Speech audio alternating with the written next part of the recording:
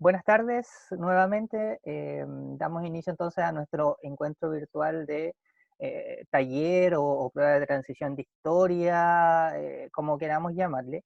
Em, el día de hoy vamos a continuar en lo que es historia de Chile. Como ya sabemos, es lo que hemos estado trabajando durante las últimas semanas, sobre todo esta parte de lo que es historia de Chile, ya que, digamos, esta es la parte de historia, que entramos como donde más preguntas le puede aparecer, de acuerdo a lo que ha sido el temario, de acuerdo a lo que fue esta prueba modelo, sobre historia. Entonces, es súper importante que todo lo que hemos visto durante estas clases ustedes puedan absorberlo bien, entenderlo bien, para que después no sea tan complicado responder, ¿ya? Em, bueno, como ya pueden ver en pantalla, el tema del día de hoy lleva por título Liberalización y secularización en Chile. Ya la clase pasada adelantábamos ciertos conceptos de esto. La clase pasada, recordarán ustedes que hablamos sobre liberalismo, ¿bien? El liberalismo en Chile, eh, y en eso nos centramos, digamos, en nuestro encuentro. Pero hoy día continuamos en parte con esto, tiene relación con el liberalismo, pero es como un punto bien específico de lo que era el liberalismo en nuestro país. Entonces, para comenzar, vemos aquí un mapa, un esquema que nos resume o grafica lo más importante sobre lo que trabajamos en el encuentro anterior, que fue la República Liberal. Ya, es decir, estuvimos viendo los principales postulados, cuando vean ese concepto, postulados o ideas, ya también se entiende lo mismo. Es decir, ¿qué es lo que buscaba en esencia el liberalismo? Obviamente libertades, sobre todo de tipo individuales, ¿ya? También el liberalismo en sí buscaba que el poder ejecutivo, es decir, el que tenía el presidente, disminuya para que aumente el poder legislativo, es decir, para que los parlamentarios tengan más poder. Un gobierno representativo, secularización de las instituciones. Bueno, yo me acuerdo que la Leti me aportó bastante cuando pregunté en el encuentro pasado sobre el concepto, porque lo entendió, a ver si después me lo pueden volver a mencionar. Estado docente, no intervención del Estado en actividades económicas. ¿Ya? Respecto al liberalismo, eso ha sido casi siempre como una máxima, como que debe estar ahí sí o sí, el tema de que el Estado no debe intervenir económicamente, ¿ya? Más allá de regular y fiscalizar. Eh, Esas fueron algunas de las ideas centrales que mencionamos entonces en el encuentro virtual sobre esto llamado República Liberal. Y también vimos como cuáles son los principales factores que permitió la difusión de estas ideas liberales, o sea, cómo se transmitían estas ideas, también fue una de las preguntas que realizamos. Bueno, ahora recuerdo un poquito, también en el encuentro anterior, si no me equivoco, realizamos una pequeña evaluación, ya una pequeña evaluación sobre lo que hemos estado trabajando. Entonces, ojalá los que no pudieron dar esa pequeña evaluación, que eran como 7 preguntas, lo puedan hacer. En este caso, me acuerdo que Martín y Matías lo hicieron, la Leti también parece que estaba, ¿ya? Y la Giovanna no lo sé. Bueno, la Giovanna nuevamente no está, parece, dentro de nuestro integrante. Em, entonces, aparte de mencionar eso, hicimos esa pequeña evaluación. Mencionamos que habían llegado varios intelectuales latinoamericanos a nuestro país que aportaron en este sentido para difundir, para permitir que se dé todo esto, instalación de comerciantes extranjeros, los jóvenes que estudiaban en el exterior y formación de la sociedad literaria. Hoy día vamos como a recalcar un poquito más este punto, como que nos vamos a enfocar en esto. Déjenme borrar acá. Vamos a enfocarnos en esto, ¿ya? Principalmente. Ya, una vez que hemos recordado eso, entonces, esto no lo vamos a ver. ¿Cuál es el objetivo del aprendizaje del día de hoy? Comprender el rol del Estado Nacional, sobre todo en el sector educativo, rol del Estado en la educación en el siglo XIX. Ah, verdad que ahí teníamos una pequeña tarea, ¿ya? No sé ni si recibió alguna retroalimentación o en realidad no había que retroalimentar nada con respecto a esa pequeña actividad para recordar lo de los números romanos. Ah, verdad, no, yo así informé y entregué esta actividad, pero nadie tampoco me consultó. Creo que recibieron todos esta información, así que nadie me preguntó en realidad si que tenía alguna duda o algo respecto a los números, pero sí fue informado los Ah, ya. números, sí, Sí, mister. ok, sí me acuerdo, Miss, que dejamos eso como actividad para que justamente cuando lean una pregunta o lean un texto donde aparece esto de los siglos, no vuelvan a tener esa dificultad de no saber qué siglo es, ¿ya? Entonces, ojalá que lo hayan revisado, chiquillos, sobre todo por su propio beneficio. Entonces, hoy día nos enfocamos en comprender cómo el Estado participó en términos educativos en el siglo XIX y comprender los procesos de liberalización y secularización también que se dieron en el siglo XIX. ¿Ya? Entonces hoy ya nos enfocamos a la historia de Chile, particularmente en el siglo XIX y particularmente sobre estos puntos, la educación y la liberalización y secularización de diversas instituciones. Comencemos con esta pregunta, a ver qué podrían responder ustedes. Ayúdame con la lectura de esto, por favor, Martina. Martina Sandoval, si puedes activar tu micrófono y ayudarme a leer esa pregunta. Mister, sí estaba sacando a mis perros afuera, perdón. Ya, ok. No sé si escuchaste, Martina, que me ayudes con la lectura de la pregunta, por favor. Ya, desde mediados del siglo XX en Chile o Espérame, XIX. ve, Martina, ahí volvemos, volvemos a la conversación anterior, ¿ya? Siglo XIX, ya, por lo después te diste 19. cuenta, ¿sí? Sí, sí, es que me equivoqué, que yo estudié. Ya, ok, ok. En Chile se conformaron partidos políticos que con distintos énfasis apoyaban o criticaban al gobierno y al orden conservador de la época. Entre las principales ideas en las que se enfocó el debate se encuentra. Ya, muchas gracias, Martín. Ya, ahí vemos entonces, bueno, como toda pregunta hay que ir desmenuzándola, hay que ir como destacando ciertas cosas, ya. Bueno, está preguntando desde mediados del siglo XIX. Dice, se conformaron diversos partidos políticos que apoyaban o criticaban, dice, apoyaban o criticaban al gobierno. Entre las principales ideas en las que se enfocó el debate, o sea, en mitad del siglo XIX, ¿cuáles fueron las ideas sobre qué se debatía? Esa es la pregunta. ¿Sobre qué se debatía a mitad del siglo XIX? ¿Qué creen ustedes? A, sería sobre el modelo de crecimiento económico, B, sobre la secularización de la sociedad, C, sobre el nivel de organización de los sectores obreros, D, la inmigración extranjera, o E, la política exterior con los países limítrofes. ¿Cuál creen ustedes que era la discusión de la época? Vayan respondiendo, ojalá en el chat, o si no pueden activar su micrófono y decir yo creo que es tal letra o tal respuesta. La B, o sea, es que como dice que se cuestionaba al orden conservador de la época. Ya, ok. Leti dice eso. Mati también escribe en el chat, dice la B. Bueno, ahora se integró Aníbal, Giovanna. ¿Qué más creen? O de los que me faltan responder, ¿qué alternativa creen que puede ser la correcta? Por ahí ya dos compañeros dieron su opción. En todo caso, esa pregunta vuelve a aparecer al final. Después la resolvemos de acuerdo a lo que trabajemos, ¿ya? Así que vamos a dejarla ahí como un pendiente. Vamos y continuemos. Ya, voy a proyectar acá entonces. Denme un instante.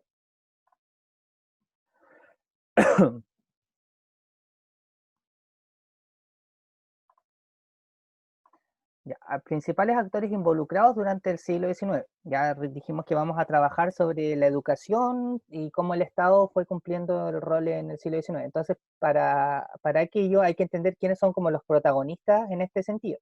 Y en este sentido, el primer principal protagonista es el Estado. Ya, el Estado chileno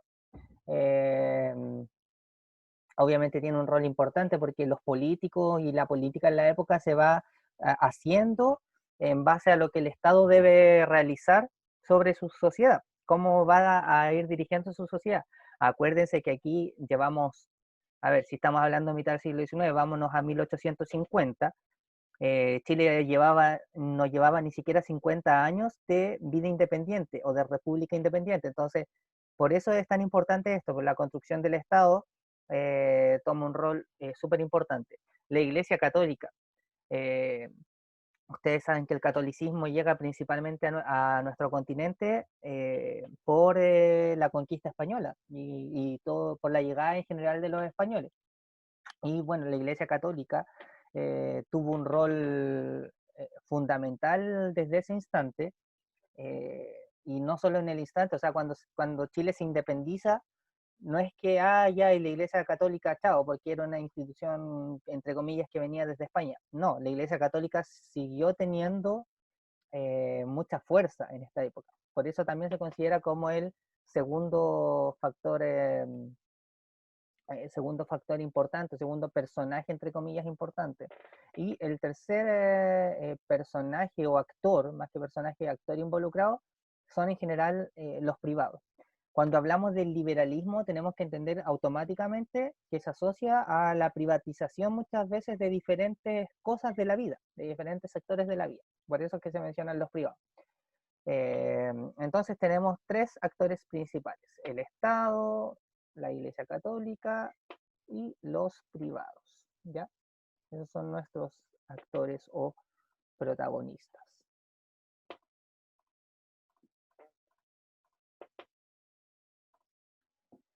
¿Cómo fue avanzando el Estado chileno en términos educativos? Ya de hecho muchos hablan en este instante de la aparición o el surgimiento del llamado Estado docente. Estado docente. Bueno, fue avanzando a través de la realización de diversas obras o acciones. Por ejemplo, la primera que pueden ver en pantalla es la llamada Ley General de Instrucción Primaria. Esta fue creada o promulgada en 1860 y ¿qué es lo que venía a hacer? Básicamente, como se menciona acá, dice, hacen del Estado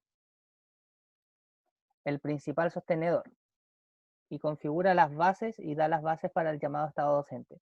¿Qué significa esto del Estado docente, chiquillos? Porque esto lo pueden escuchar o lo pueden leer en todo lo relacionado a este tema o a esta época. Esto del Estado docente se refiere a que es el Estado el principal encargado de brindar educación a su población. Y cuando hablamos de brindar educación, se refiere a cosas muy amplias, ¿ya? Por ejemplo, les pregunto a ustedes para ir contrastando con la actualidad. ¿Hoy día el Estado tiene responsabilidad en términos educativos, sí o no? En la actualidad, ¿qué me pueden responder ustedes? ¿Qué creen?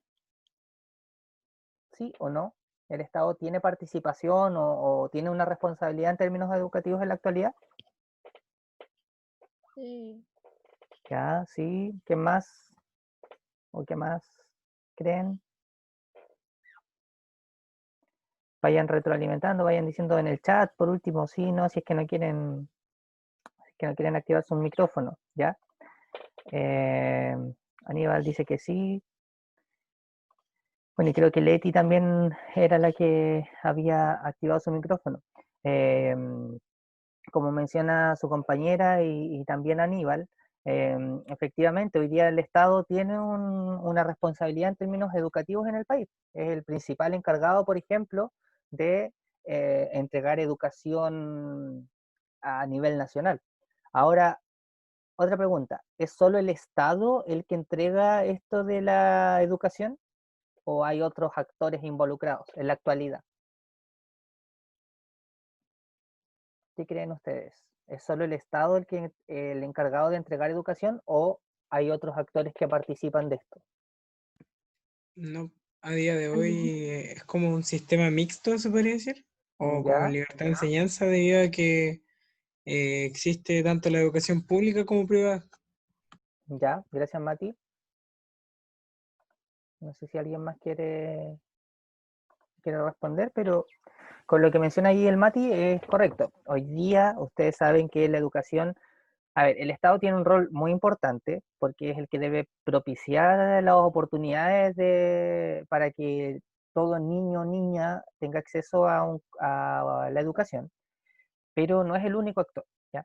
Acá el Estado es el principal, como dice, el principal sostenedor, o sea, el encargado de hacer que todo funcione, pero después se le van sumando, eh, digamos, es- desde el mundo privado principalmente. Ya existía desde el mundo privado, pero aquí se hace el Estado el principal responsable. Em, Esa es una de las formas en que la educación comienza a desarrollarse en esta época. Estamos hablando mitad del siglo XIX. Y también cómo se reflejó esto en términos más concretos, con educación primaria masiva. Educación primaria masiva y de carácter elemental, y la instrucción secundaria y superior de carácter selectivo y elitista. ¿Esto les suena conocido? Porque miren, esta es una descripción para esta época, para mediados del siglo XIX. ¿Esto les suena parecido? ¿Tendrá similitud con la actualidad en algo o son cosas totalmente distintas? ¿Qué creen? En esa frase, cuando dice que el Estado debía entregar una educación primaria masiva, o sea, para todos, de carácter elemental, y la instrucción secundaria y superior de carácter selectivo y elitista. ¿Esa situación se ha mantenido hasta la actualidad o ha ido cambiando? ¿Qué me pueden responder frente a eso? Es como, es que no entiendo mucho, se refiere así como de, por ejemplo, que la educación básica es obligatoria, como que todos ¿Correcto? tienen que cumplir, Sí. y la, por ejemplo, la universidad no. Claro, por lo Así menos, en términos actuales. claro, es lo que Sí, tú mencionas. ¿Ya, Martina? actualmente se piden cuarto medio para cualquier trabajo que uno quiera hacer, po. Claro, No te piden.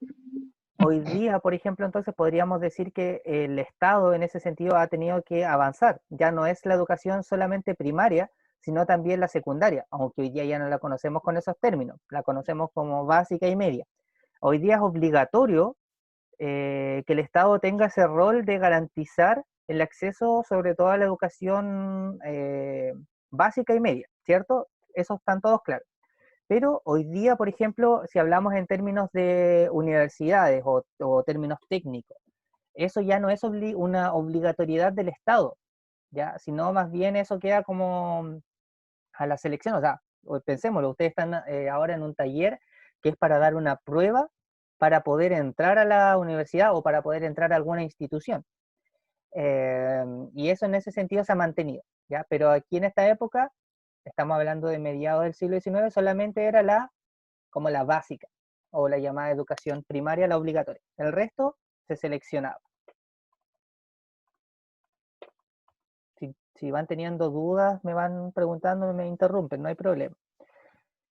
Preocupación por educar y disciplinar a las clases populares. ¿Se acuerdan lo que hablábamos hace un tiempo cuando mencionábamos a Portales, a Diego Portales, y decíamos que Portales era bien crítico en ese sentido de que no podía, por ejemplo, él creía no darle la oportunidad de votar a todos, porque decía que primero la población se tenía que educar, tenía que ser como más culta, y después se le daba la posibilidad. Bueno, aquí el Estado, entre comillas, como comienza a tomar ese guante y comienza a asumir esa responsabilidad. Tenemos que educar a nuestra población. Pero miren, no solo educar, sino, no sé si les llama la atención este concepto, disciplinar, y disciplinar a las clases populares. Ya, no es algo que debamos pasar necesariamente por alto. Disciplinar a las clases populares. ¿Qué podrá significar eso? Las dejo ahí como pregunta. ¿Hoy día nos querrán disciplinar? ¿Qué creen ustedes? No sé, insisto, es solamente una reflexión. Ya no hay nada más allá de eso, solamente para pensar. Hoy día la educación es un arma muy poderosa. Por eso seguramente sus papás o con quien ustedes vivan siempre le han dicho, oye, tienes que estudiar, preocúpate de estudiar, preocúpate ojalá sacar una carrera. La educación en sí es un arma muy poderosa que permite acceso a diferentes cosas. Pero acá, en esta época, no solamente se veía como eso, sino el Estado decía como tenemos que enseñarle a nuestra población ciertas cosas para que podamos también convivir, entre comillas, como una sociedad desarrollada. Ya, esos son algunos como de los puntos centrales o principales, sobre todo en términos de educación, ya respecto a la época sobre todo del liberalismo. Otros avances, bueno, alejamiento de la herencia hispana y acercamiento a ideas modernas provenientes de Francia. Aquí poco a poco nos vamos alejando de los españoles en términos culturales, no dejamos todo. Hay muchas cosas que se mantienen, pero vamos dejando varias cosas. Por eso, a eso se refiere el primer punto. Después, la creación de escuelas en ciudades del país colabora a la alfabetización.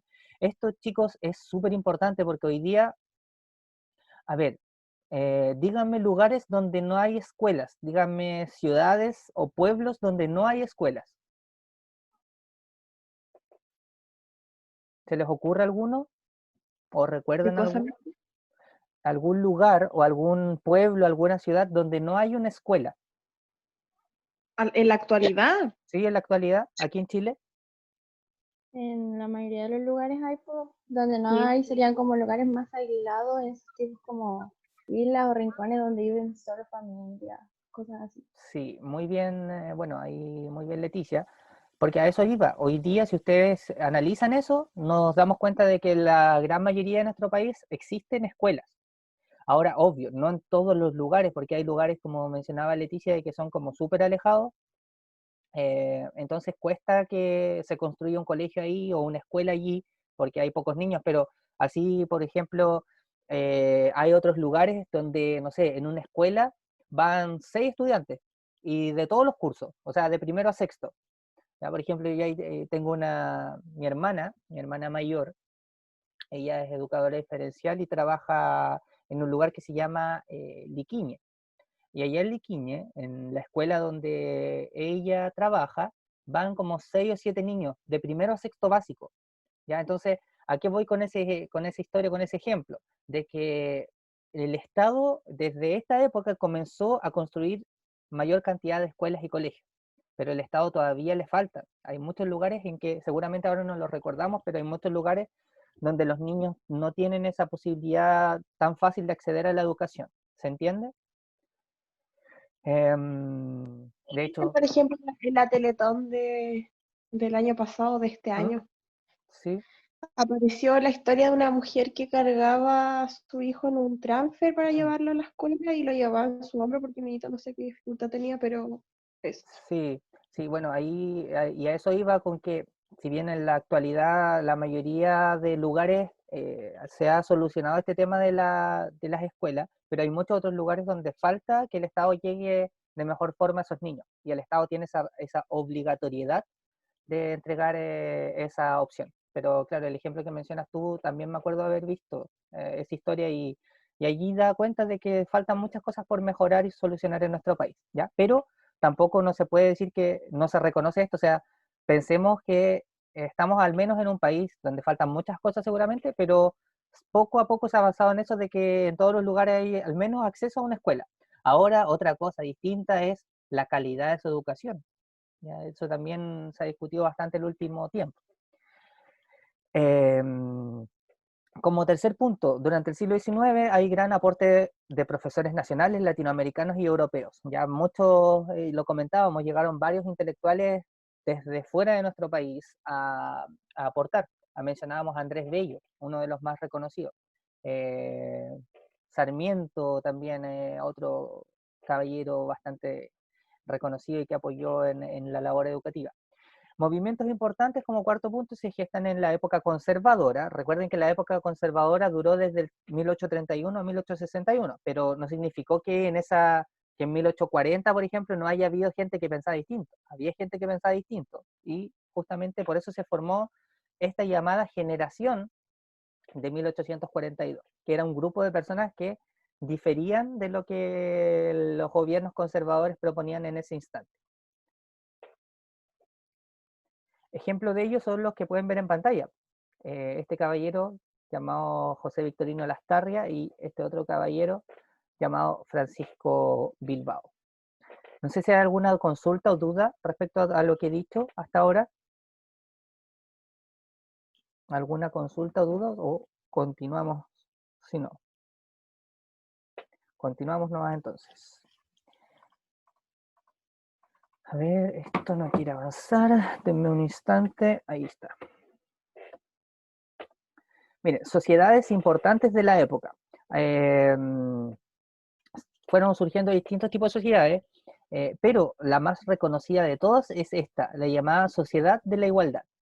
Puede ser que la hayan escuchado alguna vez en su vida, la llamada Sociedad de la Igualdad.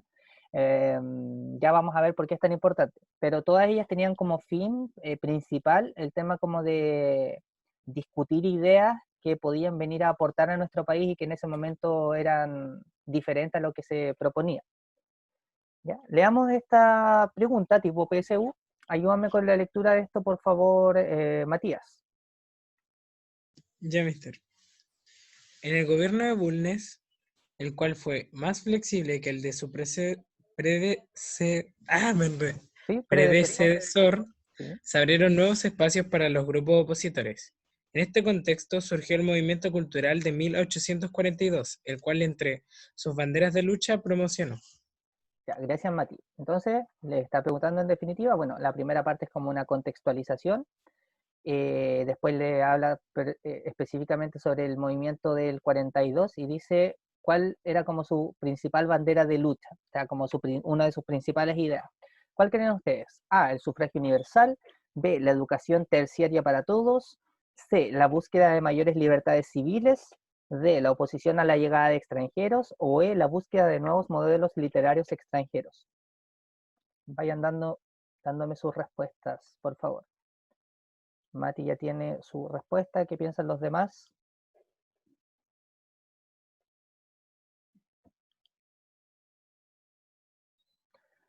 Solo Mati responde. ¿Qué piensa Martina, Leticia, Aníbal, Giovanna? Ya, la Leti también coloca ahí su respuesta. A ver, ambos colocan la letra C. Veamos si eso es o no es correcto. Veamos si eso es o no es correcto. Y es correcto, efectivamente. La principal bandera de lucha para el liberalismo, o sea, lo primero era esto, efectivamente, buscar mayores libertades de tipo civil, mayores libertades para los ciudadanos de la época. Ya, esto ya lo habíamos conversado, así que simplemente hagamos un recordatorio de esto. ¿Qué entendemos por liberalización? Bueno, acá en Chile comienza bajo este gobierno de José Joaquín Pérez a través de dos procesos paralelos. Primero, quitarle poder al presidente, al poder ejecutivo, para darle más poder al parlamento, y también darle más poder a los partidos políticos. Ya eso, liberalización tiene que ver con permitir mayor participación en general de distintos actores políticos. Ya eso se entiende por liberalización. También, aparte de lo mencionado recién, se comienzan una serie de reformas constitucionales. No sé si se acuerdan que aquí todavía estamos con la Constitución de 1833, esa Constitución que mencionamos en un instante, que era la que graficaba las ideas de Portales. Todavía en esta época estamos con esa Constitución, pero ya miren, en 1870 comienzan a darse, bueno, 71, distintas reformas constitucionales, o sea, cambios a esa Constitución. ¿Y cuál es el objetivo principal de esos cambios? Liberalizar las instituciones. A ver, espérenme. Ya, liberalizar las instituciones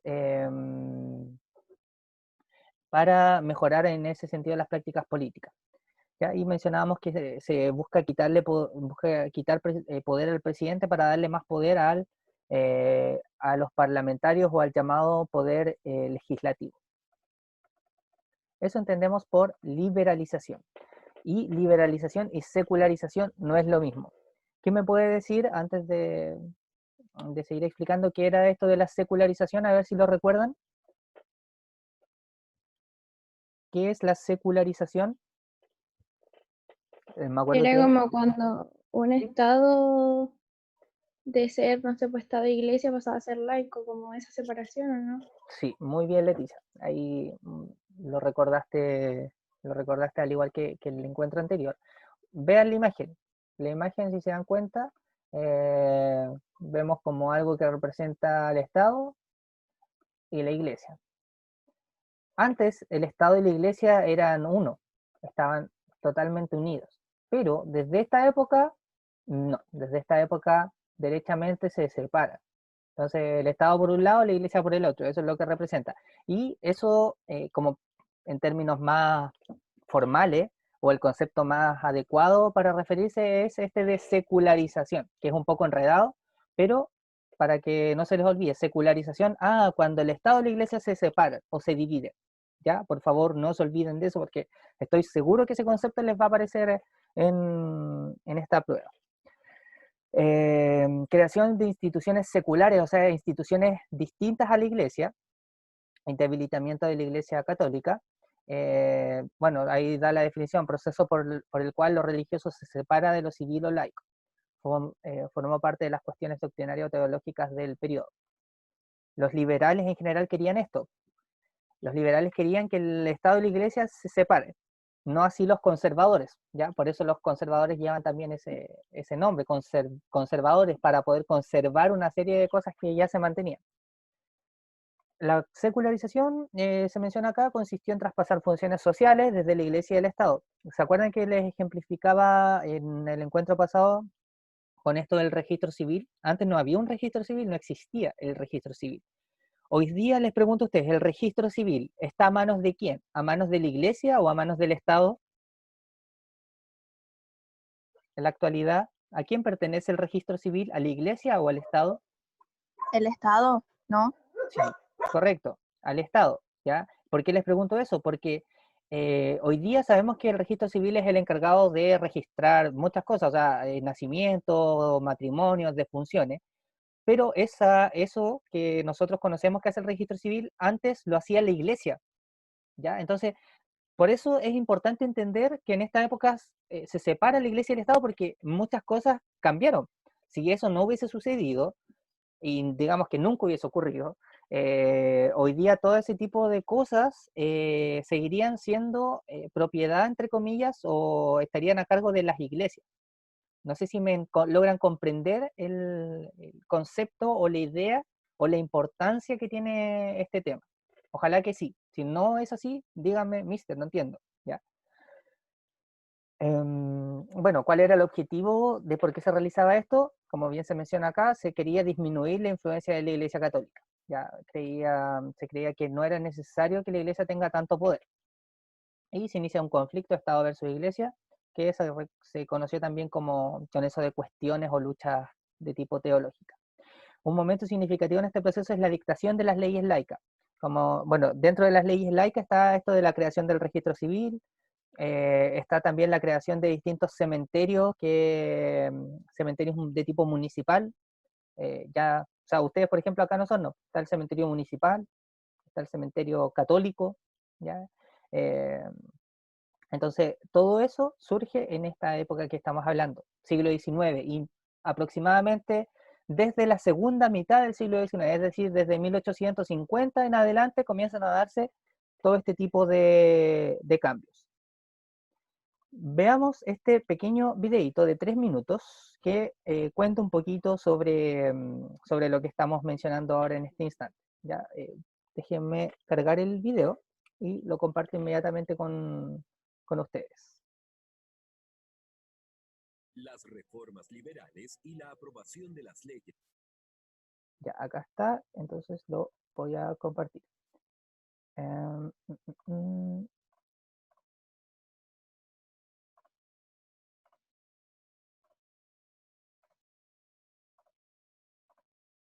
Ahí se compartió, pero espérenme, voy a cambiarlo de cuenta porque no quiero que me aparezcan los anuncios.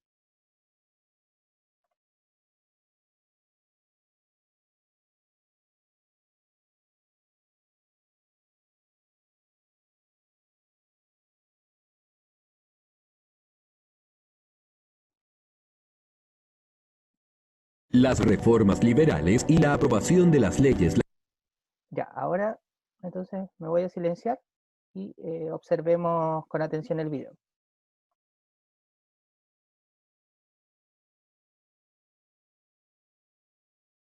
Las reformas liberales y la aprobación de las leyes laicas. El quiebre de la fusión liberal conservadora en 1873 puso fin a una alianza que resultó fundamental para la transición política iniciada con la llegada de José Joaquín Pérez al poder. La renuncia de los conservadores marcó el inicio de una nueva coyuntura en la que por primera vez en más de 40 años, la hegemonía del pensamiento liberal se apoderaba de la estructura política construida bajo el orden conservador. El presidente Errázuriz convocó a liberales independientes, radicales y nacionales reformistas para integrarse a su gabinete, dando forma a una nueva agrupación partidista, la Alianza Liberal, integrada por sectores afines al liberalismo. Con esta nueva coalición en el poder y el consenso doctrinal de 1830 prácticamente deshecho, el trayecto para realizar las reformas constitucionales largamente anheladas por los liberales se hizo mucho más expedito. Los conservadores, desde su nueva posición como bando opositor, comprendieron lo peligroso que era que un régimen presidencialista tan acentuado como el chileno cayera en manos liberales. Esta nueva convicción los llevó a combatir el autoritarismo, transformándose en un sector tan reformista como el liberal o el radical en este ámbito. Apoyaron por consiguiente todas las reformas que propendieron a debilitar el poder del Ejecutivo. En consecuencia, y como era de esperarse, el Congreso elegido en 1873 aprobó casi por unanimidad las reformas constitucionales sancionadas por la legislatura anterior. Desde entonces fueron ampliadas y robustecidas las facultades del Congreso Nacional, en desmedro de las atribuciones del Poder Ejecutivo, favoreciendo en un mayor protagonismo e influencia de los partidos políticos dentro del sistema de poder. En 1881 asumió el poder Domingo Santa María, quien durante su administración aprobó las llamadas leyes laicas, a propósito del conflicto con el Vaticano en 1880, a raíz de la elección del nuevo arzobispo de Santiago, se produjo una coyuntura favorable para promover un conjunto de leyes que buscaba terminar con la excesiva influencia de la Iglesia en la sociedad. Estas leyes buscaron la secularización de ciertas instituciones civiles, políticas y sociales. Aprobada en 1883, estableció que los cementerios sujetos a administración fiscal serían comunes y que todas las personas, sin distinción de credo religioso, tendrían derecho a ser sepultadas en ellos. La segunda fue la Ley de Matrimonio Civil, institución que hasta entonces era supervisada y controlada por la Iglesia Católica.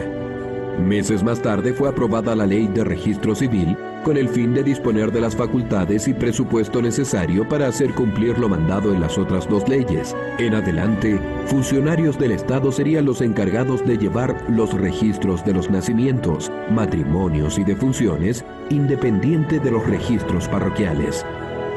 Los liberales más entusiasmados plantearon la necesidad de separar la Iglesia del Estado, pero el Poder Ejecutivo decidió poner freno al proceso de reforma antes que, sumado al conflicto con el Vaticano, provocaran un eventual enfrentamiento armado.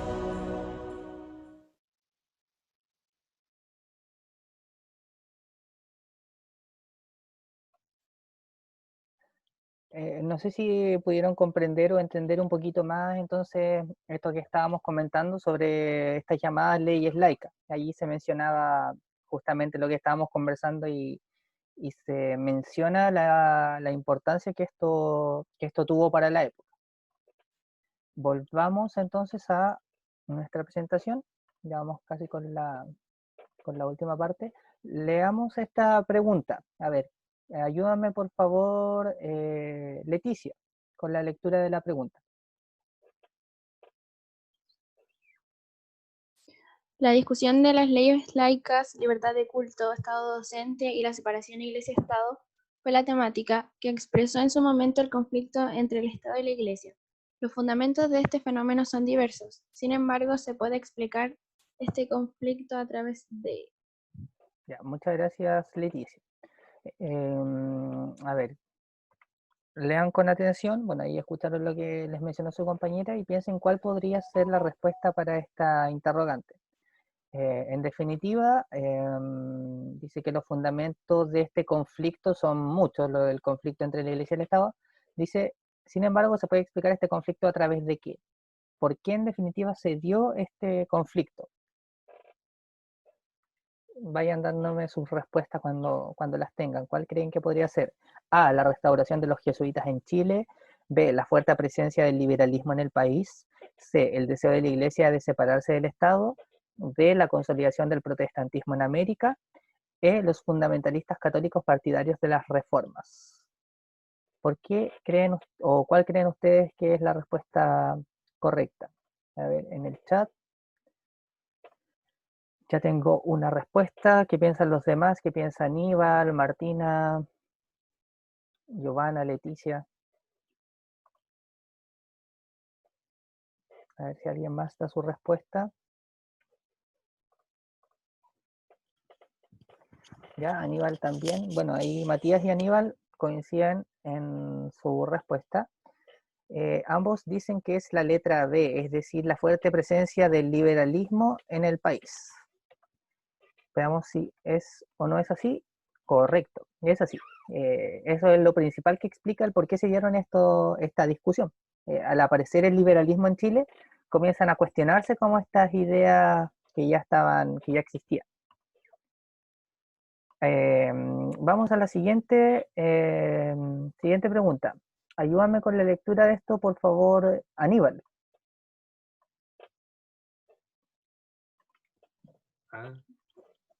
Ayúdame con la lectura de la pregunta, Aníbal, por favor. El proceso de secularización vivido en el periodo liberal tuvo para Chile algunas implicancias socioculturales como: 1. Iniciar un periodo caracterizado por la disociación creciente entre el Estado y la Iglesia. 2. La hegemonía del catolicismo manifestada en distintos ámbitos que cede ante la arremetida del liberalismo. Y 3. El menoscabo y desconocimiento de los dogmas católicos que provocaron un distanciamiento entre el clero y el pueblo. Ya, muchas gracias, Aníbal.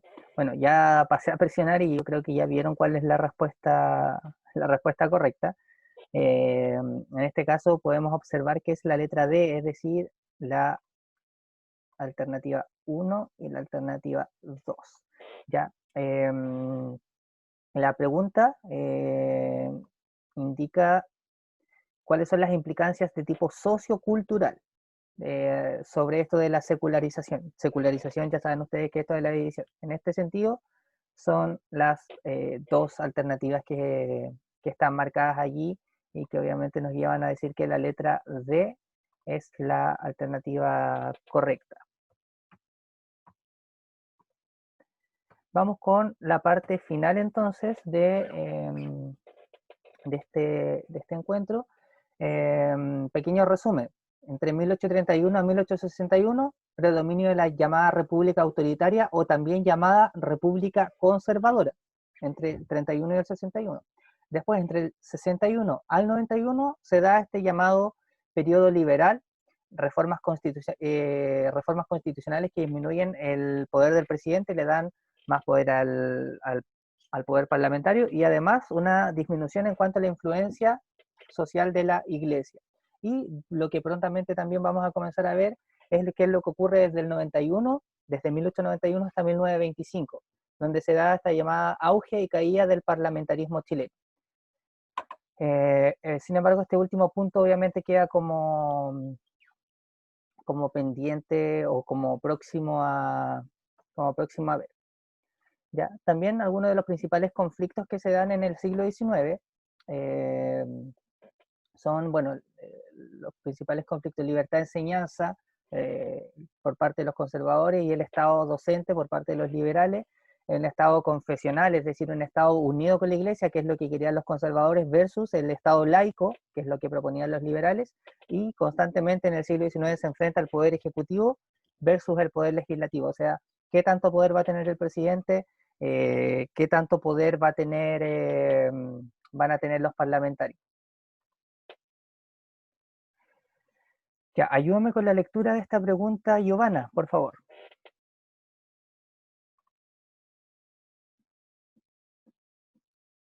Giovanna. ¿Está por ahí la Giovanna o no? Parece que no.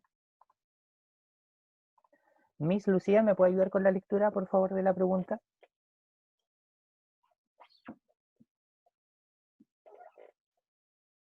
Miss Lucía. ¿No está la Miss, parece? Sí, mister, aquí Ahí estoy, está. sí. No, no, sí, aquí estoy. Ya, Aquí Miss, estoy. Ya, ¿puede ayudar con la sí, lectura de la pregunta, por favor? perfecto. Dice, las ideas liberales circularon en Chile desde los inicios del siglo XIX y los fundamentos teóricos descansan en la Ilustración, la independencia de los Estados Unidos y la Revolución Francesa. Estas ideas fueron las banderas de lucha de los liberales, que, amparados en ellas, combatieron a los gobiernos autoritarios y a la influencia social de la Iglesia. Estas ideas se sustentaron en 1. La soberanía popular, 2. El desarrollo intelectual, 3. El constitucionalismo. A solo 1, B solo 3, C solo 1 y 2, D solo 1 y 3 y E 1, 2 y 3. Ya, piénsenlo. Muchas gracias, Miss. Piénsenlo, chiquillos. ¿Cuál podría ser la respuesta para esta pregunta entonces? Bueno, comienza la primera parte con una explicación de desde dónde se sacan estas ideas del liberalismo. Y se menciona ahí la independencia de Estados Unidos, la Revolución Francesa, pero después le dice, estas ideas se sustentaron en qué. ¿Será en la soberanía popular? ¿Será en el desarrollo intelectual? ¿Será en el constitucionalismo? ¿Será en todas esas? ¿Cuál creen que puede ser la respuesta correcta?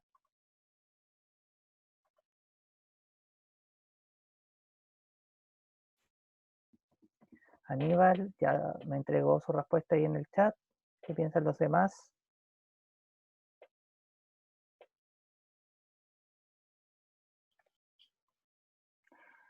Por ejemplo, si hablamos de la soberanía popular, se refiere a que la gente debe participar, en general la ciudadanía, el desarrollo intelectual, obviamente que la población debe tener acceso a la educación y de esa forma poder ampliar, ampliar intelectualmente a la sociedad. Y el constitucionalismo se refiere a que se proponía la importancia de la existencia de una constitución, donde se grafique todo esto. Aníbal después dice que mejor coloca la E, o él piensa que es la E, Leticia dice la E, el Mati cree que es la C. A ver, hagamos la revisión. Y está bien ahí Aníbal porque después se retractó y colocó que efectivamente pensaba que era la E. Y efectivamente es la E, ¿ya? Estas ideas se sustentan en estos tres principios. Soberanía popular, desarrollo intelectual y constitucionalismo. Y acá está la pregunta que aparecía delante, que aparecía al principio. No sé si ahora, bueno, ya adelante creo que el Mati me colocó su respuesta, pero decía desde mediados del siglo XIX en Chile se conformaban partidos políticos que con distinto énfasis apoyaban o criticaban al gobierno y al orden conservador de la época. Entre las principales ideas en las que se enfocó el debate se encuentra modelo de crecimiento, secularización de la sociedad, nivel de organización, inmigración extranjera o política exterior con los países limítrofes. No sé si ahora está más claro cuál podría ser la respuesta. A ver si hay más respuestas que delante. Ya, Leti ya colocó su respuesta. ¿Qué piensan los demás? Bueno, el Mati delante ya colocó también la respuesta para esta pregunta, o la que él cree que es la correcta. ¿Nadie más? Aníbal, Giovanna. Aníbal también dice que cree que es la B. Y efectivamente, ahí, bueno, Mati también lo había dicho al principio, pero es la letra B la correcta. O sea, la secularización de la sociedad fue como lo que se llevó mayor parte de la discusión en nuestro país. Para resumir entonces, los conceptos hoy día trabajados de liberalización y secularización son distintos, parecidos, pero son distintos. Se disminuye aquí el poder al presidente de la República para darle más poder al Parlamento y a los partidos políticos. Eso es la liberalización. La secularización es crear instituciones distintas a la Iglesia para quitarle, entre comillas, poder a la Iglesia. Por lo mismo se menciona este debilitamiento de esta institución. ¿Y cómo se veía reflejado esto? En las llamadas leyes laicas. Ya saben lo que son las leyes laicas, no se olviden. Me imagino que lo anotaron por ahí. ¿Ya? La ley de cementerio, la ley de registro civil, la ley del matrimonio civil. ¿Ya? Las reformas a la Constitución del 33, reformas para quitarle poder al presidente y darle más poder al Parlamento. La generación del 42, la generación del 42 no lo mencionamos tanto, pero algo habíamos dicho en el encuentro pasado. Generación del 42 era un grupo era como generalmente jóvenes desde la época, de 1842, de la década del 40, que se reunían como para discutir diferentes ideas de autores europeos y cosas que podrían aplicarse en nuestro país, ¿ya? Eso también es importante en la época. La aparición de distintos tipos de organizaciones sociales, y aquí la más destacada es la llamada Sociedad de la Igualdad, y el desarrollo educativo, que era un pilar fundamental que el Estado tenía a cargo, ¿ya? Y también eso lo ejemplificamos viendo que efectivamente se ha avanzado, pero todavía quedan hasta la actualidad muchas cosas por seguir viendo. Bien, no sé si tienen alguna duda, chicos, alguna consulta. No, mister. Ya, Leti, Mati, Aníbal, Giovanna, ¿alguna consulta, alguna duda? No, profe. No, mister. ¿Ya? ¿Y el Mati? Yo tampoco, profe. Todo claro. Ya, entonces estamos absolutamente claros. Como les digo, este tema es súper importante, chicos, súper importante. Ojalá que, como les decía la clase pasada, cuando tengan un tiempecito, miren, si van leyendo de repente 10 minutos, 15 minutos de este mismo tema, va a ir quedando en ustedes, ¿ya? De repente, o si no, buscar un video, de repente a algunos les gusta ver como cosas más de ese tipo, pero no se queden con lo que solo vemos y trabajamos acá, ¿ya? Porque eso no es suficiente. Esto es un apoyo para que ustedes después puedan profundizar en todos estos contenidos, ¿ya? Para que tengan la guía y digan, ah, sí, es como lo que está diciendo el profe, o es lo que el profe me dijo, ¿ya? Así que no se queden solo con esto. Miss, no sé si tiene algo que decir, o si no, vamos cerrando nomás. Estaba aquí, mister, es que usted supiera, mientras usted estaba explicando, en el curso del WhatsApp de cuarto quedó la pura embarrada, entonces por eso estaba ahí Ah, entre respondiendo ya, algunas WhatsApp y todo, sí. chuta. Eh, Ya, ok. no, pero bien, mister, o sea, cada vez, como se lo vuelvo a repetir desde un tiempo, uno es provechoso porque pese a que estoy haciendo un montón de cosas en este momento, igual mi atención estoy escuchando y uno vuelve a recordar cuando también estudió, tuvo que dar la prueba. Y de repente, claro, hay cosas que uno no lee bien de repente y llega o ya me voy por esta nomás, ¿no? Entonces, como usted explica, de repente cada una de las preguntas hay que tener ver, o sea, no llegar y responder ya a la chunta nomás y empieza, no, sino que vayan más allá y aprovechar porque estas instancias son importantes de repente, las dudas que uno puede tener y claro que de repente es importante porque después en la prueba uno dice, oye, el mister tenía razón, acuérdense que va a pasar eso, entonces, y sobre todo los números romanos van a aparecer hasta el cansancio, Sí, así que hay que aprendérselo. sobre todo en historia, pero no solo en historia, así que muy importante lo que dice ahí usted, Miss. También, bueno, no quiero dejar de mencionar que me alegra bastante que en los últimos encuentros ya se ha sumado la Leti y la Giovanna, ya, así que ojalá sigan participando, chiquillas, no se pierdan, para poder ir conectando todo, entonces así hay una idea completa de lo que estamos trabajando, ¿ya? Y repito por última vez el mensaje de que no se queden solo con esta clase.